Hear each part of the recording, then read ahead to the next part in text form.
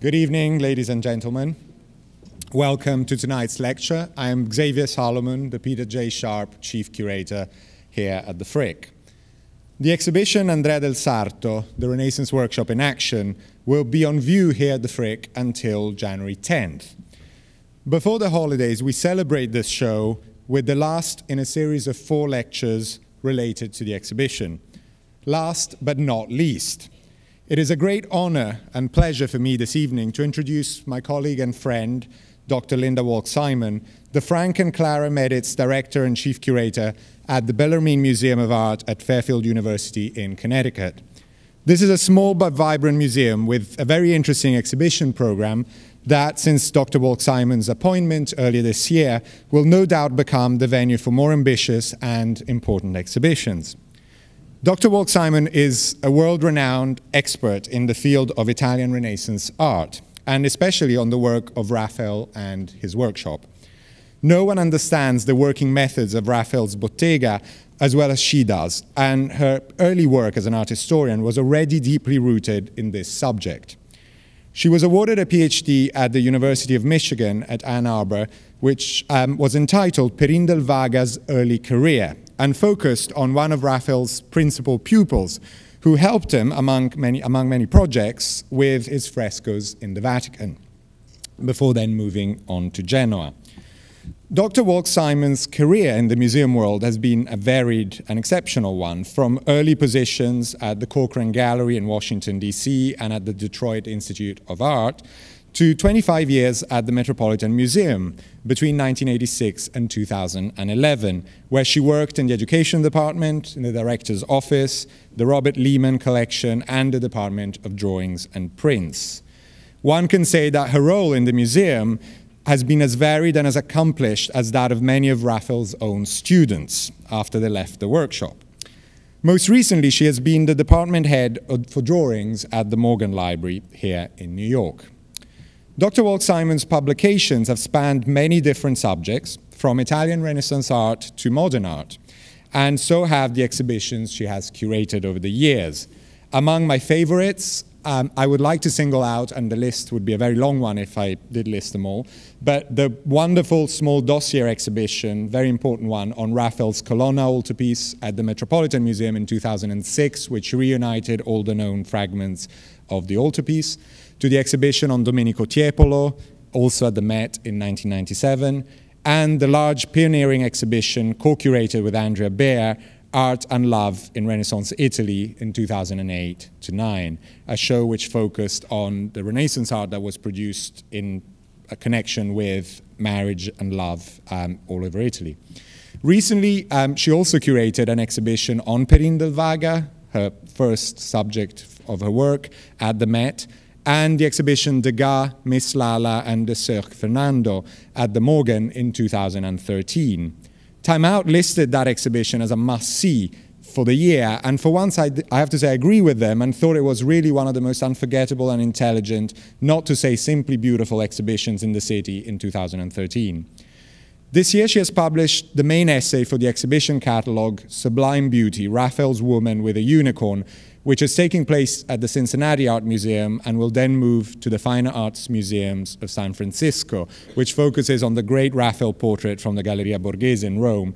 And her essay is full of new information and important new discoveries, and I would recommend that for anyone who's interested in the subject, as well as her very recent review of the Andrea Del Sarto exhibition, which is in this month's issue of Apollo magazine. Dr. Wolk-Simon is one of the few art historians whose talks are always and invariably a pleasure to follow. She uniquely combines serious scholarship, intelligent analysis, and impeccably entertaining delivery. I often wish that all art historians could learn from her. Tonight, she will explore the relationship between Andrea Del Sarto and Raphael, focusing on their similarities in terms of artistic conception and accomplishments, but also more specifically, their roles as draftsmen and head of extremely successful workshops in Rome and Florence. Her lecture this evening is entitled A Tale of Two Artists, Andrea Del Sarto and Raphael. Tonight's lecture will be streaming live and will be on our website as many of our other lectures and will be available online subsequently. And I would also ask you at this time to please turn off your cell phones and remind you also that the exhibition will remain open in the downstairs gallery in the Oval Room until 7:30 tonight. Please join me in welcoming Dr. Linda Wolk-Simon.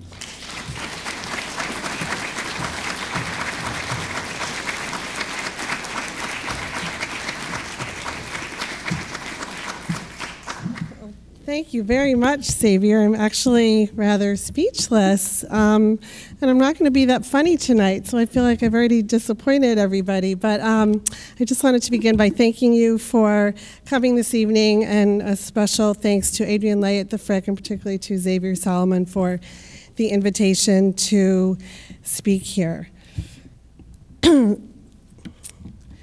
And enshrined in canonical art history is a holy trinity of the High Renaissance, comprised, of course, of Leonardo da Vinci, Michelangelo, and Raphael. To that great triumvirate, the Swiss art historian Heinrich Wölfflin added two more names, the Florentine painters Fra Bartolomeo on the left and Andrea Del Sarto on the right, and this was in his influential study published in 1899, Classic Art. In Wölfflin's formulation, the trio thus expanded to become a quintet, though the two add-ons, Fra Bartolomeo and Andrea Del Sarto, stubbornly remain little known to the general public. When the Ninja Turtles cartoon characters were dreamed up some years ago, the fourth member of their improbably named quartet was not called Fra Bartolomeo or Andrea Del Sarto, but rather, somewhat anachronistically, Donatello. Even the big three themselves don't share equally in eternal glory. Leonardo and Michelangelo inspire an excitement normally reserved for reality TV stars, professional sports heroes, and fabricators of giant balloon dogs. Raphael, in contrast, has never fully made it into the popular lexicon and elicits a mostly tepid or indifferent response from the art and selfie-loving public. To conceptualize where they fall chronologically in relation to each other, we can group these three standard bearers of the High Renaissance into a hierarchy mirroring Aristotle's conception of the three ages of man. And to illustrate that conceit, I show you this painting by Titian in the National Gallery in London, an artist who might well be miffed at having been left out of Wolfman's equation entirely. Old age on the left is Leonardo, who was born in 1452. Bartolomeo and Michelangelo, exact contemporaries, born in 1472 and 1475 respectively, were a generation younger, and they represent the prime of life. Younger still, the youth of this schema, were Raphael, born in 1483, and Andrea Del Sarto, born 3 years later in 1486. So from among the group of five, these two artists were the youngest, and they were exact peers. Being coeval makes them a natural pair, and so it makes a certain sense to talk about them together, as I'm doing tonight. If we set up a dialogue between Andrea Del Sarto and Raphael, intersections and divergences in their biographies and careers emerge. So this is kind of the old compare and contrast model, familiar to anybody who took an introductory art history class in college. And this method was actually, of showing two images at once, was actually pioneered by none other than Wolfland, who is believed to have been the first to introduce the use of twin lantern slide projectors so that works of art could be juxtaposed. And this lecture really is a kind of series of juxtapositions. Other than the coincidence of their birth dates, what would emerge from this process is that their careers followed quite different trajectories. There's no overlap in terms of artistic training or workshop affiliation. Raphael's early experience was in Umbria in the orbit of Perugino, and I show you on the right an early painting by Raphael, clearly indebted to one on the left by Perugino. He wasn't formally apprenticed with him as a student, probably, but certainly affiliated with the circle of the older master in some way. While Andrea Del Sarto's training took place in Florence, where he was a pupil of the painter Piero di Cosimo on the left and an early fresco by Andrea on the right. Moreover, the two artists had different types and categories of patrons. Throughout his career, Raphael worked primarily for a ruling elite, and I use this designation to include prominent and aristocratic families, as was the case in Città di Castello and Urbino and Florence, wealthy bankers, again in Florence and Rome, as well as high-ranking members of the papal curia.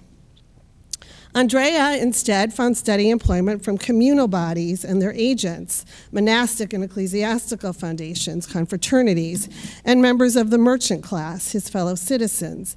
This doesn't mean that he never worked for Florentine patricians. I'm not suggesting that he did, but that wasn't his primary clientele, nor does it mean that Raphael never worked for a monastic community. He did. But the two works commissioned by him, from him, that he painted for convents are really among his least successful and most problematic.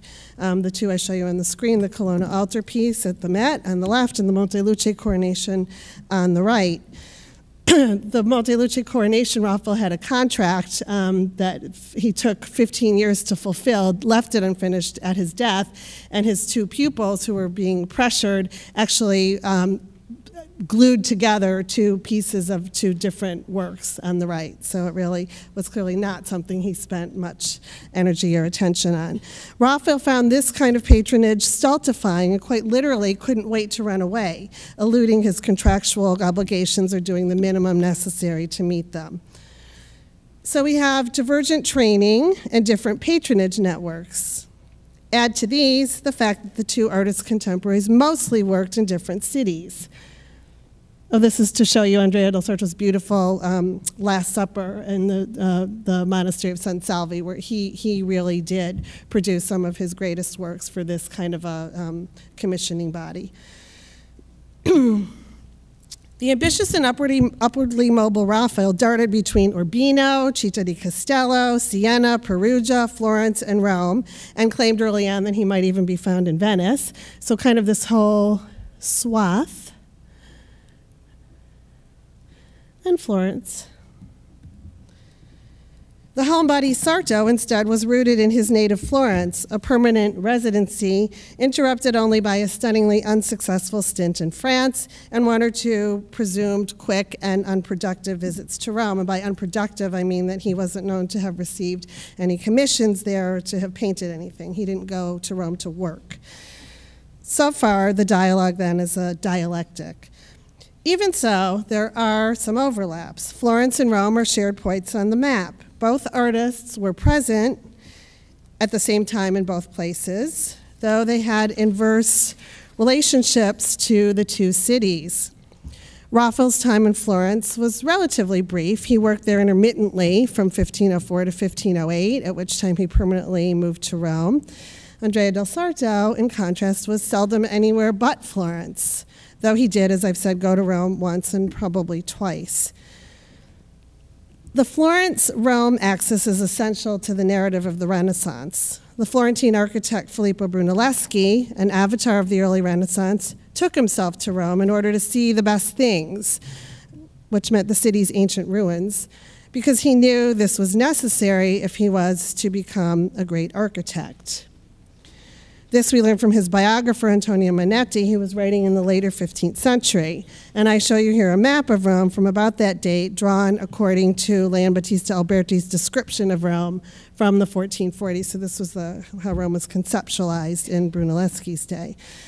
Brunelleschi's study trip, undertaken together with the sculptor Donatello, is the prototype of what became an obligatory pilgrimage to the Eternal City for artists, beginning at that moment and continuing well into the 19th century. Raphael, like Brunelleschi, found the lure of Rome irresistible. Andrea Del Sarto did not. Brunelleschi may seem like a bit of an interpolation, but the point here is the fundamental importance of Rome, which figures into both Raphael's and Sarto's biographies, in a positive way for Raphael and in a negative one for Andrea. This is an old and enduring idea that long preceded the lifetimes or the literary agenda of the biographer Giorgio Vasari, the importance of Rome, who is our principal source of information about both artists. And here they are. Thinking about this Florence-Rome dichotomy exposes further ways in which Andrea Del Sarto and Raphael were both similar and different. Throughout their careers, both produced comparable kinds of works: frescoes of both sacred and secular subjects, altarpieces, private devotional images, portraits. Moreover, both, of course, were inventive and prolific draftsmen. But their stories were inflected by place, and that partly accounts for the differences.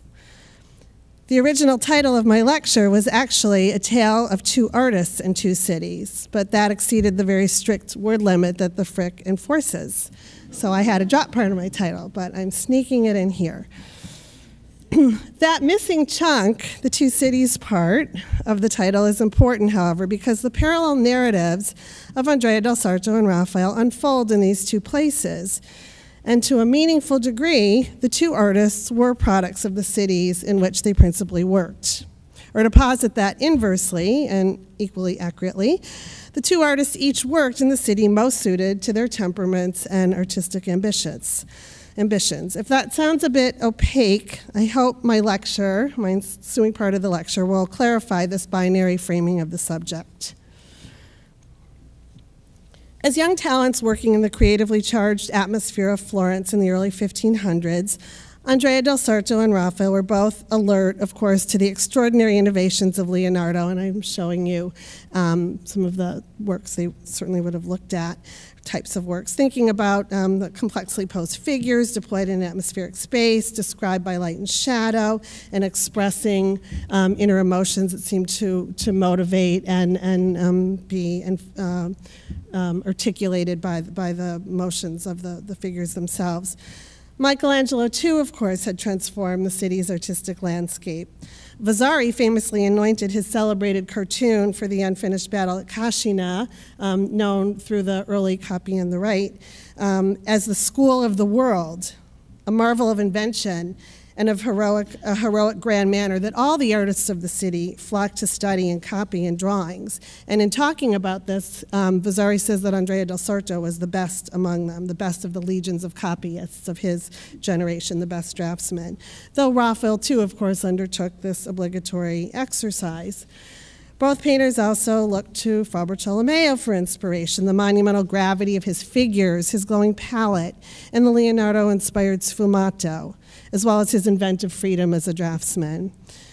So they're operating for a time in the same artistic and cultural milieu, and it's not surprising, of course, that both of these young painters responded to the same seismic models. More than this shared nexus of influences, though, it's virtually certain, if not expressly documented, that Andrea and Raphael were personally acquainted. There's every reason to think they would have met in Florence, not a very big place after all, during Raphael's time there, and that they encountered each other again some years later in Rome, where Andrea traveled during the years when Raphael was ensconced at the papal court. Raphael first was in the service of Pope Julius II, and then his successor, Pope Leo X, who was a member of the Medici family of Florence, and thus a compatriot of Sarto. And to illustrate this convergence of Florence and Rome, Andrea Del Sarto and Raphael, and the Medici, who had a powerful presence in both cities, I show you on the left Raphael's portrait of Pope Leo X with two cardinals, painted in Rome and sent to Florence to represent the Pope in his absence, and the nearly contemporary, flawless copy on the right by Andrea Del Sarto, which was painted to deceive as an autograph work by Raphael, and did. Sarto's copy of Raphael's portrait was commissioned by Ottaviano De Medici, the resident relation and agent charged with managing the family interests, while the capo, Pope Leo, was seated on the papal throne in Rome. His cousin and lieutenant, Cardinal Giulio De Medici, who was the Archbishop of Florence and Vice Chancellor of the Church, frequently by his side, literally in this portrait, and also in the operations of the Curia in the Vatican. Antonio Natali has emphasized the importance of Ottaviano de' Medici, this politically connected, cultivated member of the de facto ruling family of Florence, as a friend and patron of Andrea Del Sarto. He belonged to the city's intellectual elite. This is Ottaviano de' Medici, a circle that was populated by poets, intellectuals, musicians, and some of the city's leading artists, including Andrea Del Sarto. In this circle, the writings of the ancient Roman philosopher and orator Cicero had a particular currency, sort of like book groups today. The members of these societies, these intellectual circles, met and discussed his writings. And it's been suggested as a kind of, I think, antidote to the negative view of Andrea Del Sarto and his lifestyle proposed by Vasari. It's been suggested that the sort of sobriety of his lifestyle, the austerity, his failure to crave a grand palace, for example, was because he was enacting a kind of Ciceronian restraint. Whether or not this is a bit of an overinterpretation, I'll leave to you to decide, but it's certain that Andrea was exposed to the intellectual ferment of Florence and that he benefited from Medici patronage, and not just from Ottaviano de' Medici, but more importantly, from Cardinal Giulio and Pope Leo X himself, the subjects of our portrait.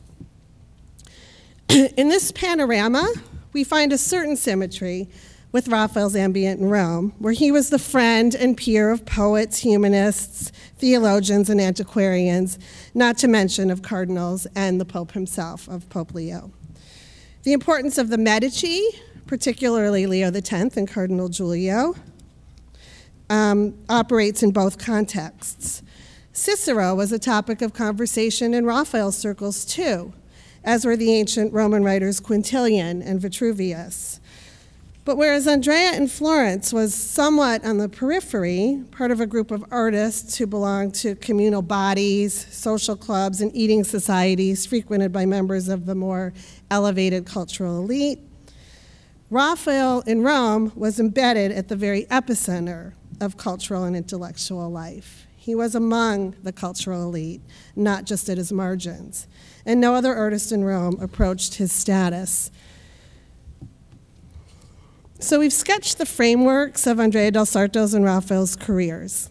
For the remaining time, I'd like to more systematically explore similarities and divergences between them, with attention paid to 3 topics: their biographies, including their respective characters to the extent these can be recovered from contemporary sources, their artistic production, their methods, their drawings, the kinds of subjects they painted, and their workshops, and kind of a brief bullet point considerations of these.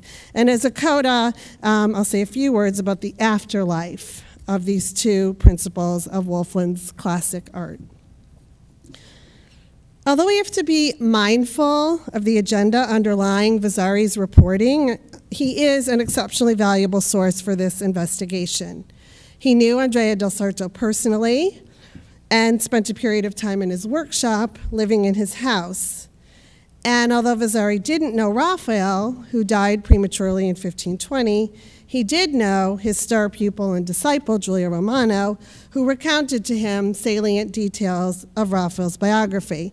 In fact, Vasari claims that he showed Giulio the portrait on the right by Andrea Del Sarto and told Giulio it was Andrea Del Sarto, and Giulio said, "No, it's not, it's by Raphael, and I should know because I helped paint it."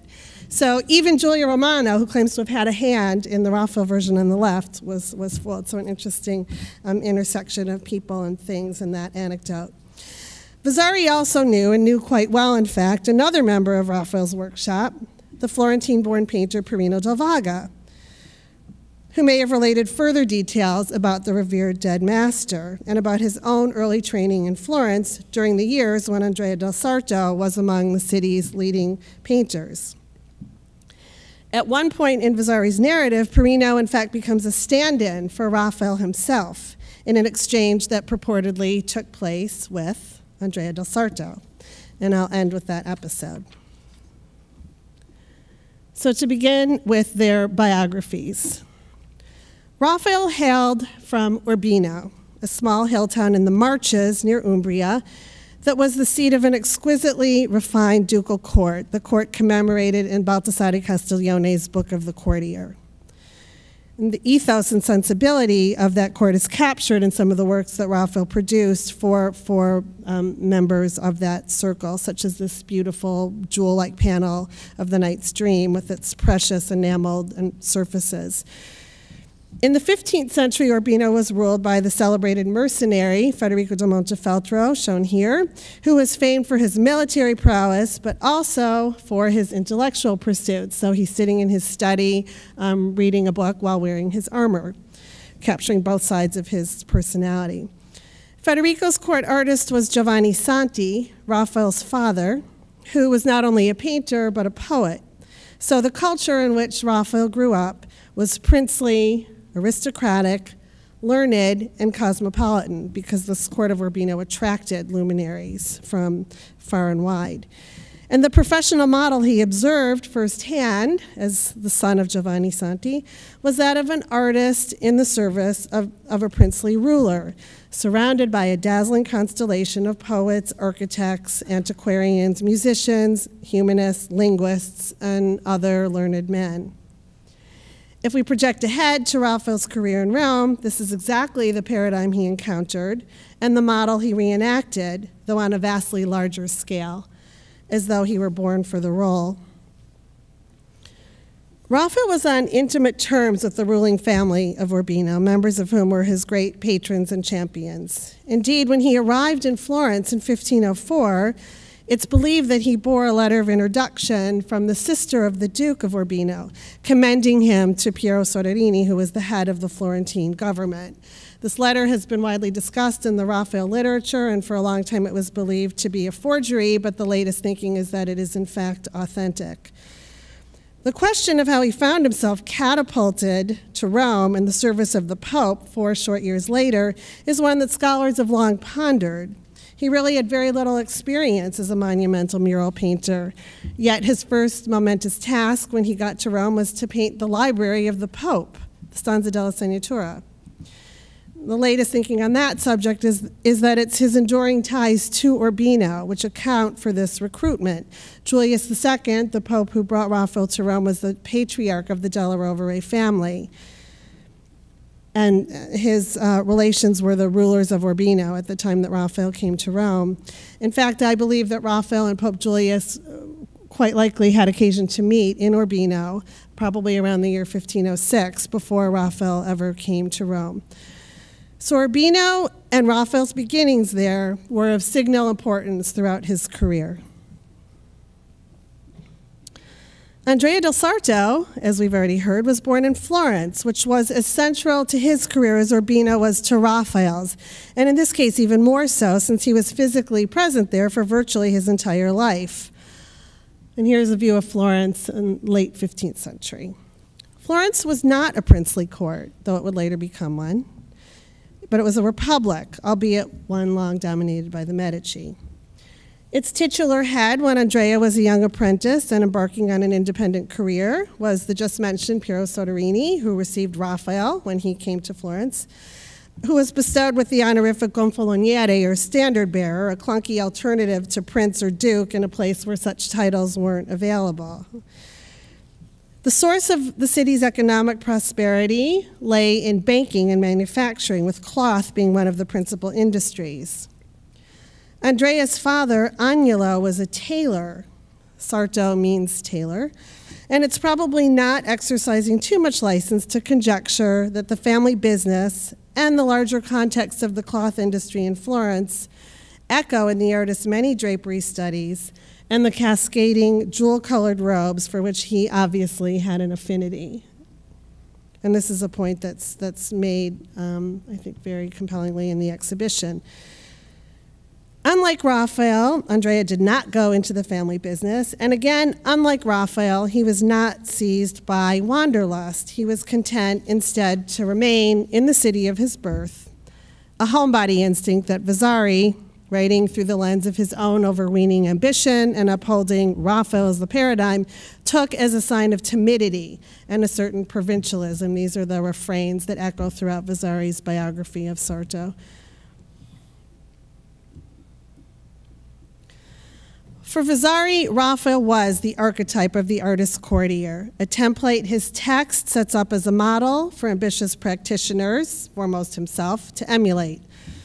He extols Raphael's myriad virtues, praising his modesty and goodness, his natural sweetness and gentleness, and his beautiful adornment of courtesy and grace, remarking with approval that Raphael was agreeable and pleasant to every sort of person and in all his actions. And this is just in the prologue to the actual biography. This encomium is our introduction to Raphael. Readers might well wonder if they're reading the biography of a painter or of some angelic being. And of course, in the case of Raphael, it's both, because prophetically, he was given the name of one of the archangels. As the biography progresses, the sweetness and grace of his early style and personal manner both is augmented by a grandeur and gravitas bred of Rome, spawned by the antique and Michelangelo. This completes the recipe for success, and the change is reflected in his later self-portrait on the right. To return to Andrea Del Sarto, the biography begins, we have come to the most excellent Andrea Del Sarto, in whose single person, nature and art demonstrated all that painting can achieve by means of draftsmanship, coloring, and invention. These three faculties, disegno, colori, invenzione, were, for Vasari, paramount. They were the signposts of what he called the terza maniera, the painting of the modern times. And it bodes well for Andrea Del Sarto that he's said to possess all of these commendable artistic virtues. That covers his art, but what about his character? No paradigm here. Vasari continues, if Andrea had possessed a little more fire and boldness of spirit to correspond to his profound genius and judgment in art, without a doubt he would have had no equal. But a certain timidity of spirit and a sort of humility and simplicity in his nature made it impossible that there should be seen in him that glowing ardor, that boldness, which would have made him truly divine in painting. As a result of these deficits, Vasari continues, Sarto lacked those adornments and that grandeur and abundance of manners which have been seen in many other painters. Here, although he doesn't mention anyone by name, we can't help but think of that exceedingly well-mannered painter from Urbino. Andrea is implicitly being compared to Raphael and judged wanting. This certain timidity of spirit, that's a recurring motif, is a continuing strand of Andrea Del Sarto's biography, and one that Robert Browning, the poet Robert Browning, with Vasari as his source, exploited to poetic effect in his eponymous poem about the artist. We're repeatedly reminded throughout Vasari's Vita that Andrea was a mild and guileless fellow, that he was a man of little spirit, and that he thought more of honor than of profit. He worked well without overexerting himself. He toiled away, but without bettering himself a whit. And he showed poor spirit in the actions of his life, contenting himself with little. He also seems to have been a poor business manager and a sloppy overseer of his finances, which were stretched thin by his undisciplined lifestyle. These mutually reinforcing tropes are woven together. Sarto's financial straits reflected and stemmed from a certain poverty of spirit in Vasari's telling. In the case of Raphael, the very inverse is true. His exemplary mix of industry, boldness, and supreme good manners were the formula for profit and achievement. As Vasari recounts, in Rome, Raphael was so successful that he lived more like a prince than a painter, this famous turn of phrase that Vasari coins in the biography. And this isn't just hyperbole. The often repeated literary turn of phrase is supported by factual record. Throughout his career, Raphael closely monitored his business dealings and income stream, even from a distance, as we know from letters and other documents. He ran an orderly, well-organized, and productive workshop. He had a personal business manager who attended to his financial affairs. He made real estate investments and lived in a handsome palace near the Vatican. And from records of payment for hay, we learn that he also owned and stabled a horse, a measure of affluence which today would be sort of like driving a BMW.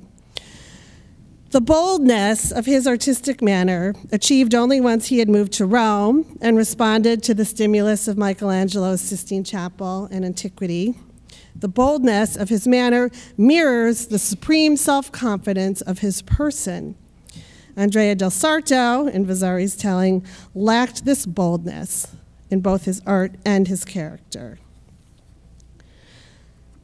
Prompts in the two artist biographies lead us to associate this boldness, which again, Vasari emphasizes as both a personal attribute and an element of artistic style. We're meant to associate this boldness with Rome, and a want of boldness, that is timidity, with lack of experience of Rome. This point is expressly made in a passage of Sarto's Vita, where Vasari says of Andrea, quote, "Without a doubt, if he had stayed in Rome, he would have surpassed all craftsmen of his time. But some believe he was deterred from this by the abundance of works of sculpture and painting, both ancient and modern, that he saw in that city, and by observing the many young men, disciples of Raphael and others, resolute in draftsmanship and working confidently and without effort, who, like the timid fellow that he was, he didn't feel it in him to exceed. And so not trusting himself, he resolved as the best course for him to return to Florence." So there's sort of a cravenness as an artistic personality and a fearfulness of Rome. Intimidated by the overwhelming grandeur of Rome and by the self-assured dominance of Raphael and his pupils, he returned to the safety of home. Browning's weary Andrea muses on this complacency, wondering if he, quote, "might have risen to Raphael if he had had more soul." Women figure memorably in the biographies of Andrea Del Sarto and Raphael, and women were the cause of their downfalls. In life, in the case of Sarto, and in death, the ultimate downfall, in the case of Raphael. Andrea's muse was his wife, Lucrezia, shown, we believe, on the left. And Raphael's inamorata was an unnamed, quote, "woman he loved until the end of his days," unquote, who is probably to be recognized, as scholars have long suggested, as one Margherita Luti, the daughter of a baker from Siena, who was later known as the Fornerina. And I show you on the right, the little portrait on the lower right, which was on view at the Frick some years ago, is the portrait of the so-called Fornerina, portrait of Raphael's mistress. Many people, myself included, believe it was probably finished by Raphael's pupil Giulio Romano after Raphael's death, because somehow it just is more marble-like and lacking the suppleness of the flesh that we might expect from a portrait by Raphael of his beloved. And I favor the old idea, not universally accepted, that the portrait of the woman known as the Donna Volata, the veiled woman, is also a portrait of the same woman. And for purposes of my lecture tonight, it is. So there she is, Raphael's beloved. Andrea was obsessed with Lucrezia. Vasari says that the features of the kneeling Magdalene in this painting of the Disputation and the Holy Trinity were those of his wife, and explaining that in no place did he paint a woman's features without copying them from her. Even if he attempted to depict some other woman, her countenance was so seared in his mind and his imagination, and he had drawn her so many times that almost all the heads of women that he made resembled her, this Vasari tells us. And really, the same is essentially true of Raphael, who evolved an ideal and recognizable female type. The inclination has been to characterize this as the artist's invention, his version of the story of the ancient Greek painter Zeuxis, who, when tasked with painting the beautiful Helen of Troy, didn't portray the features of a single woman, for no one was sufficiently beautiful to be a model, but rather combined the best features of many beautiful women in an ideal synthesis. And Raphael himself purportedly said that when painting a beautiful woman, he had una certa idea, a certain idea or ideal of beauty, this idea of a composite. But I wonder if we can re-examine that. Might not his real and ideal have converged so that he too was painting the features? Where did page 15 go?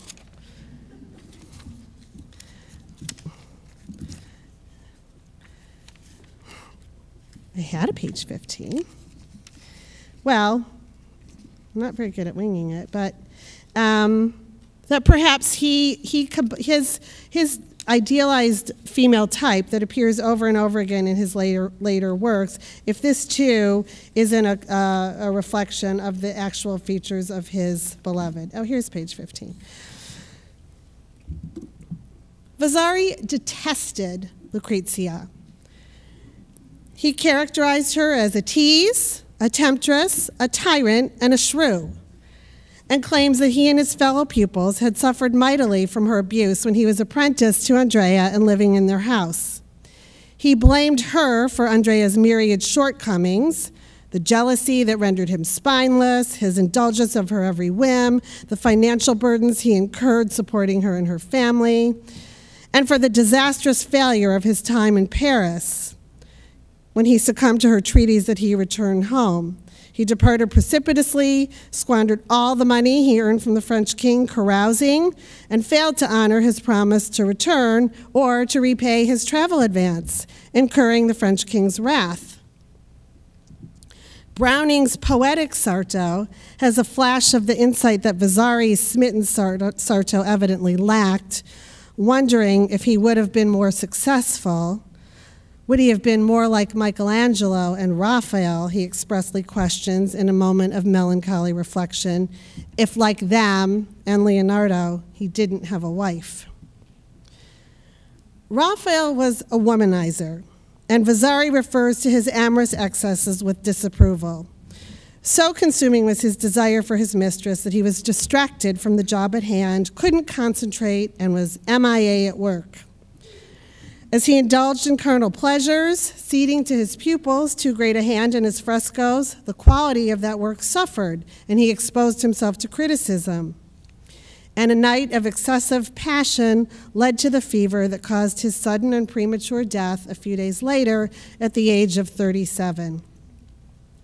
Women. We can almost hear the priggish Vasari sniff. And here, to digress, we might briefly wonder at Vasari's own attitude toward women. He did have a wife, Niccolò Zabacci, but she's hardly seen or heard from or about. And it seems that what he was looking for when he married her was a housekeeper. Mrs. Vasari did not for a moment distract her workaholic husband. Andrea Del Sarto's Eve was his wife, Raphael's his mistress. Here again, the respective cultures of Florence and Rome come into play. Marriage was an essential ritual and convention in Florentine domestic life for all levels of society. This was less true of Rome, however. This doesn't mean people didn't get married in Rome, but it's a different culture because of the disproportionately large segment of the population that was clerical and therefore ostensibly celibate. Churchmen weren't permitted to have wives, but there was no prohibition in this period against mistresses and courtesans, who were accordingly more numerous in Rome than elsewhere. Even those who hadn't professed vows, like Raphael and the immensely wealthy papal banker Agostino Chigi, adopted the model of having a mistress rather than a wife as a consort. Chigi did marry his longtime mistress at the very end of his life when she was pregnant with their 5th child, but there were many years before that she was just his mistress. In Raphael's case, the speculation is that he may have been promised a cardinal's hat by the obliging Pope, though he died before that ever happened. A wife would have been an inconvenient impediment to the attainment of this honor and the great financial rewards that came with it.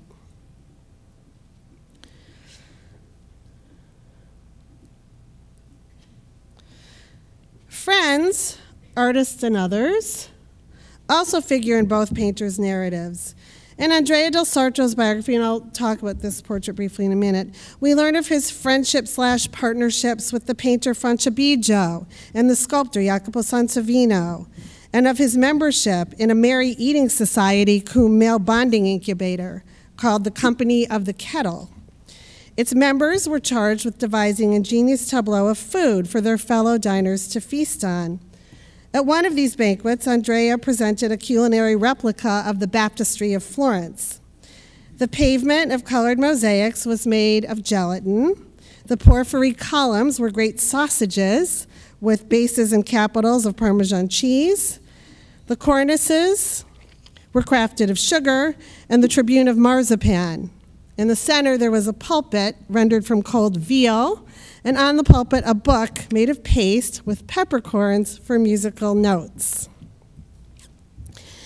Many of Andrea's fellows warranted the designation amicissimo, close friend, closest friend. One was the sculptor Tribolo. Another was this man, a glassmaker named Beccuccio da Gambassi, whose portrait Andrea painted. A third amicissimo was an unnamed cloth merchant in Rome for whom he made a beautiful head. That's all we're told, possibly a portrait. And I just wonder, is one of these artist or merchant friends the subject of this beautiful portrait of an unknown man in the exhibition?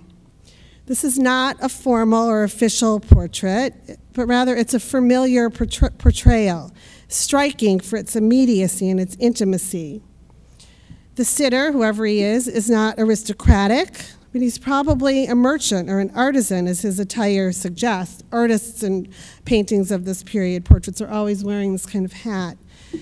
He looks up from whatever he's been engrossed in. This part of the painting's restored. It looks like a book now, but other suggestions are that it's possibly a block of marble, and more recently it's been said it's a brick. He's obviously holding something that would have perhaps identified him, twisting in his chair to face whoever has just entered the room and interrupted his reading or reverie.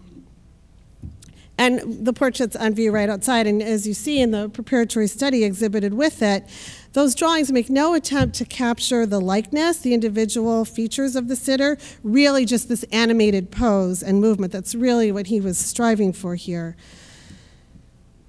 The painting, I think, belongs to the tradition of friendship portraits, an example of which is this wonderful double portrait by Sarto's pupil, Pontormo.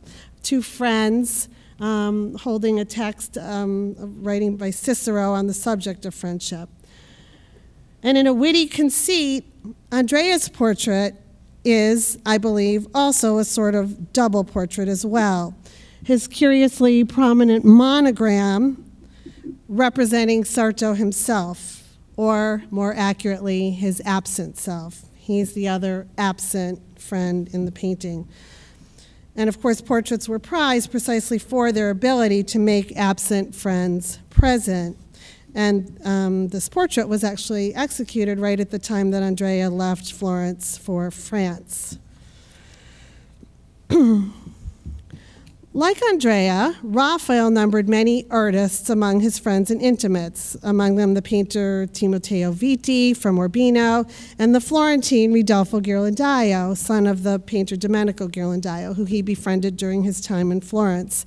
And I actually think it's kind of interesting that Ridolfo is the one Florentine artist who's expressly mentioned as a friend of Raphael in Florence. Raphael actually tried to get him to come to Rome with him once he arrived, but Ridolfo, another Florentine homebody, declined. And I wonder if maybe this lack of a friend network is one of the reasons why Raphael didn't linger in Florence. Raphael's circle of friends included poets and humanists like Pietro Bembo and Baldassare Castiglione. Raphael painted this ravishingly subtle portrait of Castiglione as a token of their friendship, a portrait that really captures so beautifully the elegant restraint and thoughtful intelligence of this author of the courtier, who seems both physically and mentally present. And he painted this double portrait, another friendship portrait of two other poet friends who appear to have interrupted a private conversation they were having as they turned to gaze again at whoever has just come into the room, the same conceit that operates in Andrea Del Sarto's portrait. Raphael's double portrait, this one, was painted to commemorate a genial expedition that he, Bembo, and these two friends, these two poets, had all made to Tivoli, outside Rome, to see the glorious ruins of Hadrian's villa in April 1516, just before one of these two poets in the painting departed for Venice. And it was probably done for a third member of the party, Bembo, as a souvenir of this outing and of this friendship. Food, the adhesive of friendship, was surely a part of that memorable expedition, like it was for the gatherings of the Company of the Kettle in Florence, though the menu for that outing has not come down to us. And Raphael's own double portrait also belongs to this context. The identity of the other figure in the double portrait has long been debated. I and several others believe it's his beloved disciple, Giulio Romano, and that he's literally sort of anointing him his heir. But whoever it is, it's obviously cloaked in the language and the conventions of friendship portraiture. All of these portraits are characterized by a sobriety and a restraint, qualities that also characterize Andrea Del Sarto's portrait of his unknown friend. And I do wonder if he had seen some of Raphael's portraits in Rome. Perhaps this seductive portrait of the banker Bindo Altoviti, as Ingrid Rowland just suggested in the review of the Sarto exhibition in the current issue of the New York Review of Books, or perhaps the double portrait, where this idea of sort of turning your head and looking over your shoulder to see who's intruded, I think, is very analogous in these two works. So I just want to quickly kind of continue in the compare and contrast mode, looking at works by the two artists for the last few minutes, beginning with their two iconic altarpieces, Raphael's Sistine Madonna on the right, and Andrea Del Sarto's Madonna of the Harpies on the left, which really makes for a very instructive juxtaposition. They're obviously similar compositions. Both have at the center the standing Virgin and Child, elevated and flanked by two saints, and accompanied by two winged putis. Sarto's Spiritelli are struggling to help the Virgin stay up on that plinth. Raphael's, their service is not needed because the Virgin is miraculously borne aloft on clouds, have nothing to do but watch and wait. But it's interesting that both of the compositions include these two little winged attendant figures. The poses of the Virgin are similar in both altarpieces, of course, and again, each flanked by saints. A fundamental difference, though, is that Raphael's scene is conceived as a mystical vision. The curtains open in part to reveal the heavens with the figures floating on clouds. The only thing grounded is the papal tiara, which is, of course, an implement not needed in heaven. Andrea Del Sarto instead cloaks his identical subject very much in the language of reality. The figures are set in a space defined as an architectural interior. It's very much like a stage set, in fact. Instead of curtains, we have piers or pilasters. The Virgin is raised above the other figures not because she's floating, but because she's placed on a platform. And the platform is, she's placed on a pedestal, and the pedestal's on a platform. So we're told exactly how it is that she's raised above. Both of these images are supremely moving and beautiful, but the conceptualization of the identical subject really couldn't be more fundamentally different. The two artists, I think, are very much on the same plane when it comes to their private devotional images of the Madonna and Child and the Holy Family on the right. One by Andrea Del Sarto, very familiar, and on the left, and on the right, Raphael's Madonna of the Meadow. This was the category of artistic production that Raphael really dominated and made his own in Florence, though, of course, he didn't have a monopoly of the subject. We see in both pictures this tight integration of the figures, a sense of an all-enveloping atmosphere, the naturalism of expression and the emotional connection between the figures, all very analogous. When Raphael treats the subject in Rome, he adds to the Florentine formula dramatic lighting effects and increasingly complicated figural arrangements and bits of staffage lifted from ancient Rome, like evocative ruins, so an overlay of Rome onto the idiom of Florence. And this is really an incipient mannerism that his pupils will develop. This all'antica transformation, the product of Rome, the boldness of Rome, is absent from Andrea's work. Andrea remote from the experience of Rome. But what does creep into his depictions of this subject is this kind of physical and emotional restiveness. And we see it, this kind of sense of anxiety in some of the figures. So as with Raphael, the seeds of the maniera that his followers give birth to are present in some of his compositions like this. Both artists, as we've heard and have seen, worked out their compositions through an elaborate preparatory process, producing similar kinds of drawings. And I'm just showing you on the right 2 figure drawings, Raphael and Sarto, on the left 2 sheets of drapery studies and hand studying these details. Very similar categories, although Raphael's graphic process was even more elaborate and protracted than Andrea Del Sarto's. And finally, we can compare their frescoes. On the right, Raphael's School of Athens, one of the early works in Rome, and here he's already formulated a monumental heroic idiom imprinted with that experience of the eternal city, the antique, the literary and archaeological culture, the example of Michelangelo. Whereas on the left, Andrea Del Sarto's Birth of the Virgin, much more descriptive, naturalistic, rooted in the Florentine tradition, represented by 15th century painters like Ghirlandaio. Jump ahead now to 1520, the presumed date of Andrea Del Sarto's second trip to Rome and the year of Raphael's death. At this time, Raphael was working on the Battle of Constantine on the left, the last of the great rooms of the papal apartments, fully antique, relief-like, and also working on his last great altarpiece, left unfinished at the time of his death, the Transfiguration on the right, equally dramatic and expressive.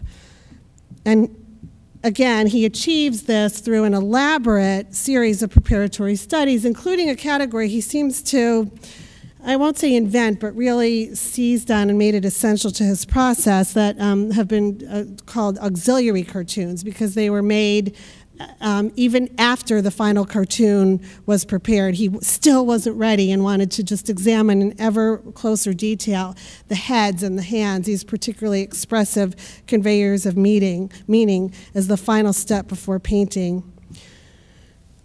So both of these late works, these commissions he was working on in 1520, were done for Pope Leo X and his deputy Cardinal Giulio. And Andrea saw these works when he came to Rome. And his immediate response was actually done for this same pair of patrons, the Medici Pope and Cardinal, and that is this triumph of Caesar in the Gran Salone of the Medici Villa at Poggio a Caiano outside Florence.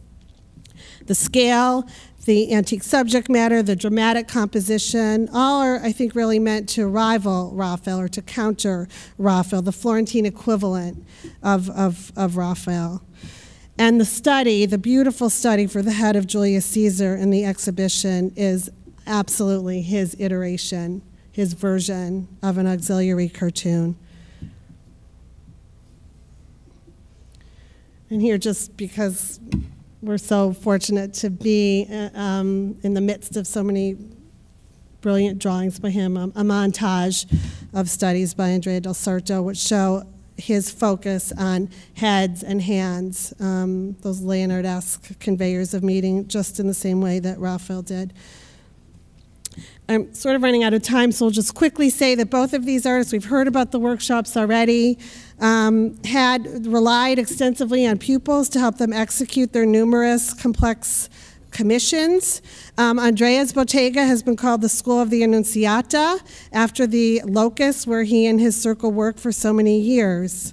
Raphael's received a snide designation by his jealous rival and Michelangelo partisan Sebastiano, who called the Raphael workshop the Sinagoga, probably in reference to its closed and hallowed status. But both of these circles were perceived as the place to be in their respective cities, enviable places to be, laboratories where new pictorial ideas were born and ways of making art experimented with and mastered.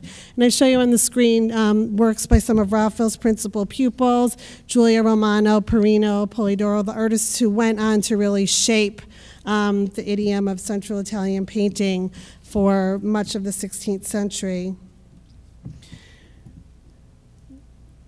So that's Rome, and the workshop of Andrea Del Sarto in Florence. By this time, he is the leading painter in the city. John Shearman called him the capo scuola by default. Everybody else had left. The leading painters had left. He stayed behind. That idea of by default, again, suggests a certain timidity. So this interpretation shaped by Vasari's view, but he was running the dynamic bottega, populated by equally gifted artists. Pontormo, Rosso, slightly younger Salviati, and Vasari, artists who likewise were just monumental for what would come in the subsequent decades of the 16th century. Other than in Vasari's narrative, where we hear this opposition, Raphael, Sarto, Florence, Rome, boldness, timidity, other than in Vasari's narrative, though, there really never was a great confrontation between these two schools or camps, between Florence or Rome, or as far as we know, between Andrea Del Sarto and Raphael. But an interesting exchange did take place in 1522, or possibly 1523, a few years after Raphael's death. I want to leave this drawing on the screen to show that both of them used Garzoni as, not just to help them paint, but as models. So a Garzoni study by Raphael on the bottom and Sarto on the top. So an interesting conversation took place shortly after Raphael's death in Florence between his pupil, Perino del Vaga, and an unnamed maestro tenuto il primo in Firenze nella pittura, the painter held to be the leading artist in Florence. So that's the two interlocutors of this conversation, in which the spirit of Raphael is very much present. The city's leading painters, and it's been suggested that Florentine artist is, of course, Andrea Del Sarto. That's John Shearman's idea, and there's no reason to doubt it. The city's leading painters had gathered in Santa Maria del Carmine, near a now-lost fresco of St. Peter by Masaccio, and entreated Perino, who had come back to his hometown to escape the plague, so he's the Roman partisan, returned to Florence. They entreated him to demonstrate for them, quote, the difference between their own style and the Roman manner, questa maniera di Roma.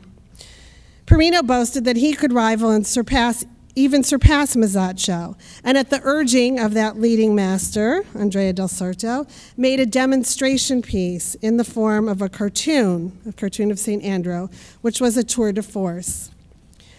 We can only guess at its appearance since it's lost, but it must have been a masterful display of difficoltà, rilievo, and disegno, these qualities, these essential properties of the Roman style that Vasari and other writers of the time praise.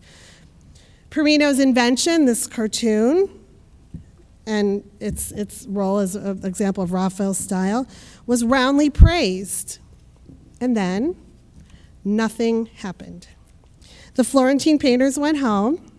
The cartoon did not become an Academy of the World, or even a particularly revered model, as no copy drawings have ever been identified, and no impact of this work discerned. And the promised fresco was never executed. Florentine painting and drawing continued on the course set by Andrea Del Sarto and increasingly his disciple Pontormo, with no obvious response to Perino's demonstration of the maniera di Roma. And for years, since I started working on Perino, I've been looking for copies of this cartoon, for evidence of it, to try to get some sense of what did this look like. And he did another cartoon and trying to think, well, where do we see this resonate in Florentine art? And in the course of writing this lecture, it really finally occurred to me that what's significant is that it didn't resonate. The absence of any visual evidence of the importance is what is significant. They didn't care. Were it not for Vasari's reporting of this story, this intrusion of Romanità into the Florentine narrative, this meeting of Florence and Rome, of, symbolically, Andrea Del Sarto and Raphael, would have been completely forgotten. There was no dialectic other than that invented by Vasari. In fact, in these years, there was barely a dialogue, nor would there be until sometime later when Vasari himself and his compagno Francesco Salviati finally did move back and forth between Rome and Florence, dissolving the boundaries that defined the two different schools. Raphael died of a fever and was buried to great fanfare in the Pantheon, that glorious temple of ancient Rome. All Rome mourned. The walls of the Vatican were said to have cracked at the time of his passing in a sign of divine grief, and his bier was accompanied by a funeral procession of over 100 grieving artists. Andrea Del Sarto succumbed to the plague and was hastily entombed with scant ceremony, as Vasari says, in the Scalzo, where he had worked for much of his life. It was only thanks to the intervention of a loyal pupil that his burial place was marked by a simple slab. That grave marker was soon removed, however, consigning his remains to eternal oblivion. These postmortems correspond to Vasari's characterizations of the two artists as bold and timid, as though each received the eternal reward that was his due. But wait, the whereabouts of Raphael's remains, too, were eventually forgotten, and the location of his tomb likewise expunged from memory. This seems incredible to us, but they had lost sight of where his tomb and his remains were. They were eventually rediscovered, of course, and it's now a pilgrimage shrine of sorts in the Pantheon, whereas Andrea's eternal resting place is still unknown. But of these two pillars of classic art, only one has had a full-scale exhibition at the Frick. And surely that is his just reward. Thank you.